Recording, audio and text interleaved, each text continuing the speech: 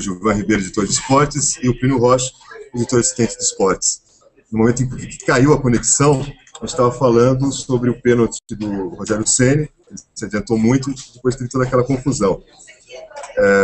Realmente, a gente chegou à conclusão que ele fez de caso pensado, tentando ver se colava, se o juiz deixava passar, e se não passasse, para jogar toda a responsabilidade em cima do Pato, que teria que fazer uma cobrança logo em seguida, depois de ter perdido o pênalti, que nunca é fácil, né, Plínio? O Rogério é um cara esperto, né? Um cara experiente, né? Ele não joga as coisas assim à toa, né? Ele não toma uma decisão dessa à toa. Ele deve ter pesado tudo isso mesmo. Ele falou, bom, vou me adiantar. Se o Pato está para fora, o juiz não vai mandar voltar nem nada e vai ter perdido o pênalti.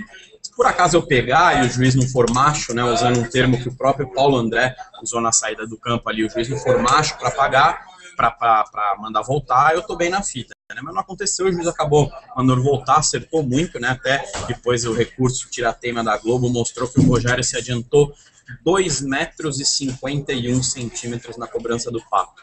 Foi muito, né, Gilvan? Tem um limite, né? O Cássio até brincou com a situação. Falou, eu dei uma adiantadinha, mas o Rogério deu uma adiantadona, né? Então foi demais. Foi fora da curva, né? Exatamente. Porque essa coisa que o goleiro tem que ficar exatamente em cima da linha, isso é impossível. Ele precisa ter uma impulsão para tentar pegar a bola. Agora, o Rogério, ele começou a andar antes mesmo que o Pato tocasse na bola. Ele estava muito adiantado. Você mesmo falou, estava quase na linha da pequena área. Quase que ele foi lá dar a mão pro Pato. Falou, Pato, tudo bem? Como é que você tá? Tá sentindo bem hoje? Tá, satisfação.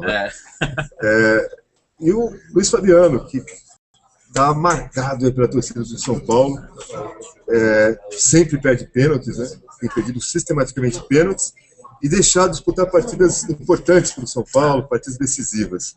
O que você espera já projetando? O São Paulo tem jogo já na quarta-feira agora, contra o Atlético Mineiro, jogo eliminatório, decisivo, depois de ter perdido aqui no Morumbi, vai ficar muito difícil. E o que você espera da pressão da torcida, a cobrança que vai ter em cima do Luiz Fabiano, que está voltando de uma longa suspensão na Libertadores?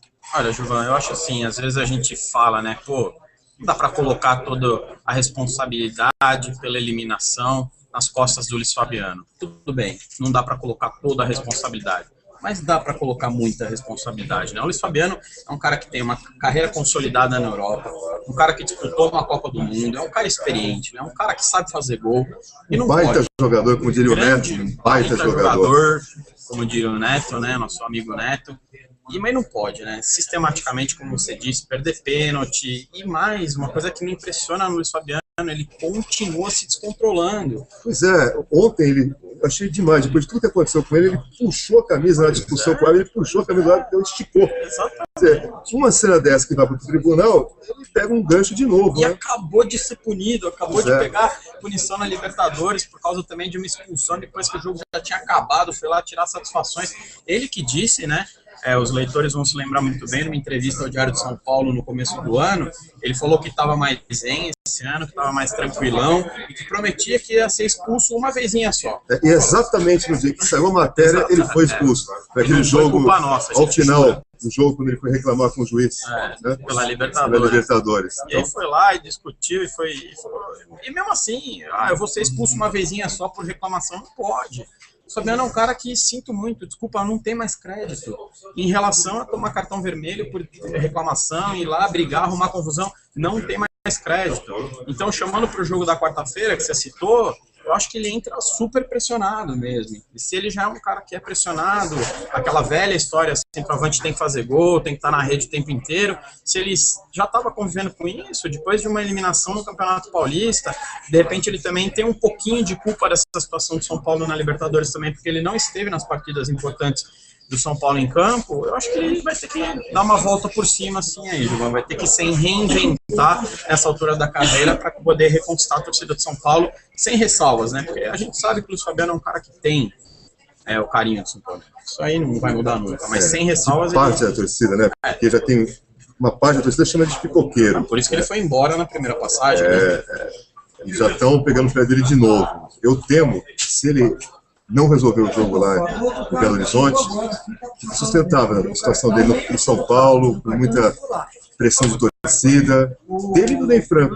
Não sei se a diretoria de São Paulo vai ter maturidade a uma altura dessa para manter o técnico, né? Coisa que o Corinthians fez com o Tite após a eliminação do Tolima e que resultou na conquista da Libertadores e do Mundial.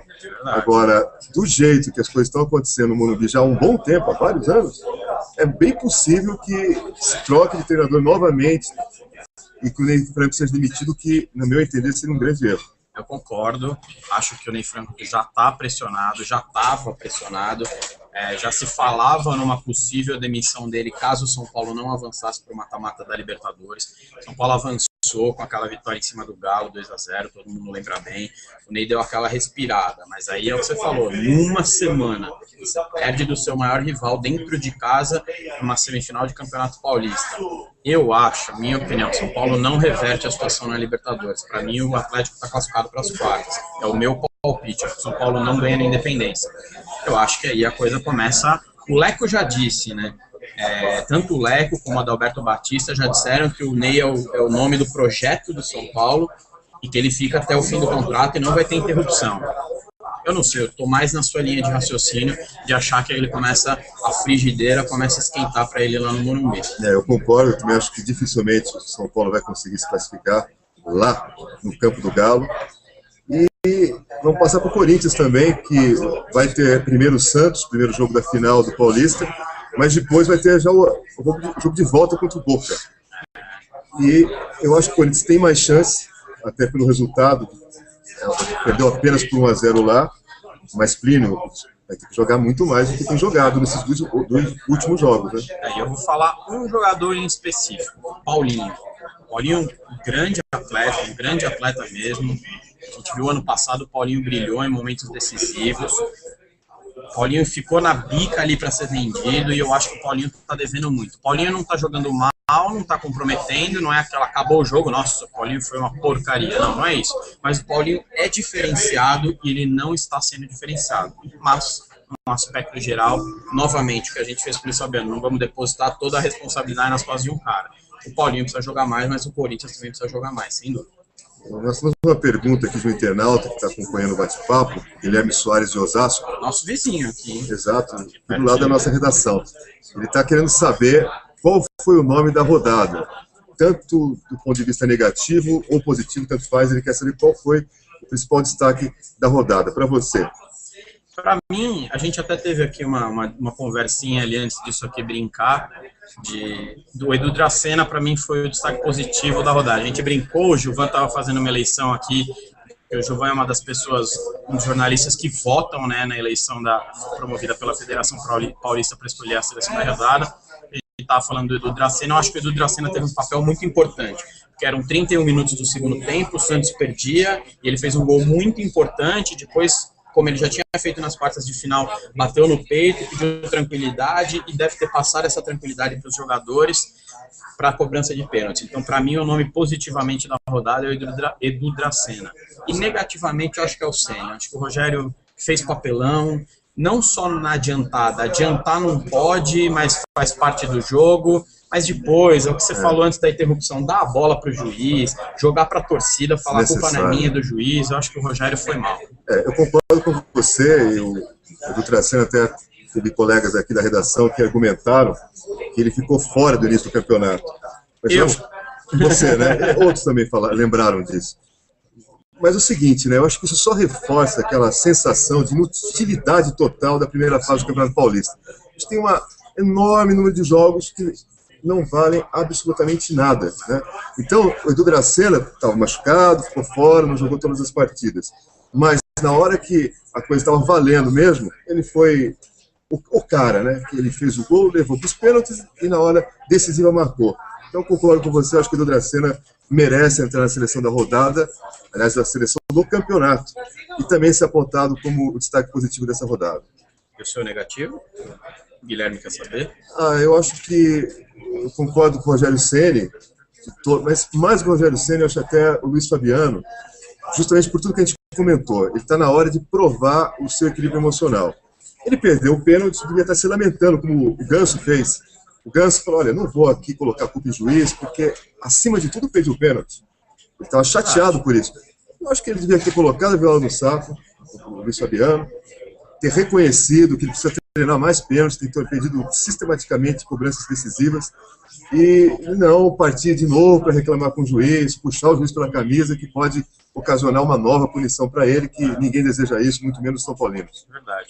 Só um parênteses aqui, a gente está falando sobre o Dracena, eu achei mesmo, como o Giovanni lembrou, que ele talvez não devesse entrar numa seleção do campeonato, que eu acho que aí talvez se deva premiar a regularidade de quem está lá. Eu vejo talvez 2 ou até 3 zagueiros ali tendo tido um campeonato muito bom, mas é indiscutível o valor da liderança que esse cara tem para o Santos, é fato.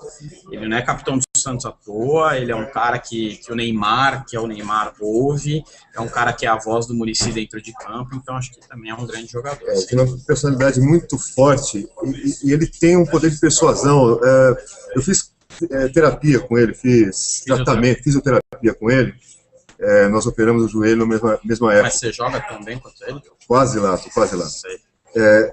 Então, ele realmente é uma pessoa que ele tem uma influência, uma persuasão, porque ele é inteligente, ele sabe desenvolver as ideias. Então eu fico imaginando, ele me impressionou no tempo que a gente conviveu ali na maca, tomando aqueles choquinhos, a gente ficava conversando. Ele realmente desenvolve as ideias. E parece uma grande pessoa. Ele é uma grande também, pessoa. E eu fico imaginando isso, o efeito que isso tem dentro do vestiário. Porque eu acho que todo mundo tem o Edu Dracena no Santos como uma referência, como um líder mesmo. E já que a gente está falando de zagueiro, falar do Gil, né? É brincadeira como ele chegou, a partir do momento em que ele se adaptou, está se fazendo, ele está praticamente perfeito no Corinthians, não? Verdade. Eu acho assim, o Gil teve aquele começo meio instável, e uma pessoa ou outra chegou e foi lá criticar, pô, esse Gil aí... Porque a gente tem que dar tempo para o cara se adaptar, né? O Corinthians estava tentando contratar o Gil no mínimo há 2 anos. Era aquela história, abria a janela, o Corinthians ia, tentava a liberação e o Valencianos não liberava. O Corinthians tem uma equipe de observadores muito competente. Não é por acaso que você batalha tanto para contratar um jogador, né? E olha aí o que deu, né? Você já vê que a zaga do Corinthians hoje é o Gil e mais um, ou o Paulo André ou o Chicão, quem tiver melhor.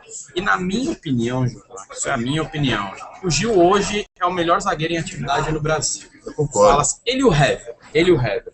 Fala-se do Dedé, eu gosto muito do Dedé.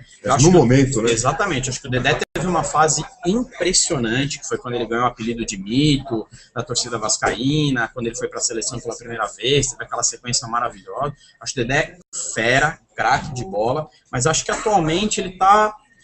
Tudo bem, tá voltando de lesão também, teve um probleminha aqui, outro ali, agora tá uma vida nova no Cruzeiro, vai desenvolver o futebol dele, mas acho que hoje no Brasil, se eu tivesse que fazer uma seleção brasileira com atletas jogando no Brasil, minha dupla de zaga seria Gil e Hever, do Atlético Mineiro. Temos uma pergunta de um internauta, o Ricardo Brevia, de Araçatuba, interior de São Paulo. Ele pergunta quem deve formar a dupla, quais os 2 jogadores do Corinthians que devem formar a dupla de ataque. Sheik, Pato ou Guerreiro? Ou, ele pergunta a dupla, mas será que tem chance de jogar os 3? Eu acho que do jeito que tá o time hoje, jogam 3, né? Porque o Renato... E o Romarinho, né? O Romarinho seria a dúvida aí, e hoje justamente a dúvida do Tite que a gente vê é o Romarinho ou o Pato.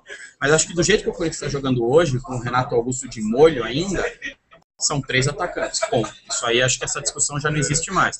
Quando o Renato Augusto voltar, se o Tite quiser voltar a jogar com o Danilo e o Renato Augusto, que ele fez muito isso, aí eu acho que aí já volta a dúvida para os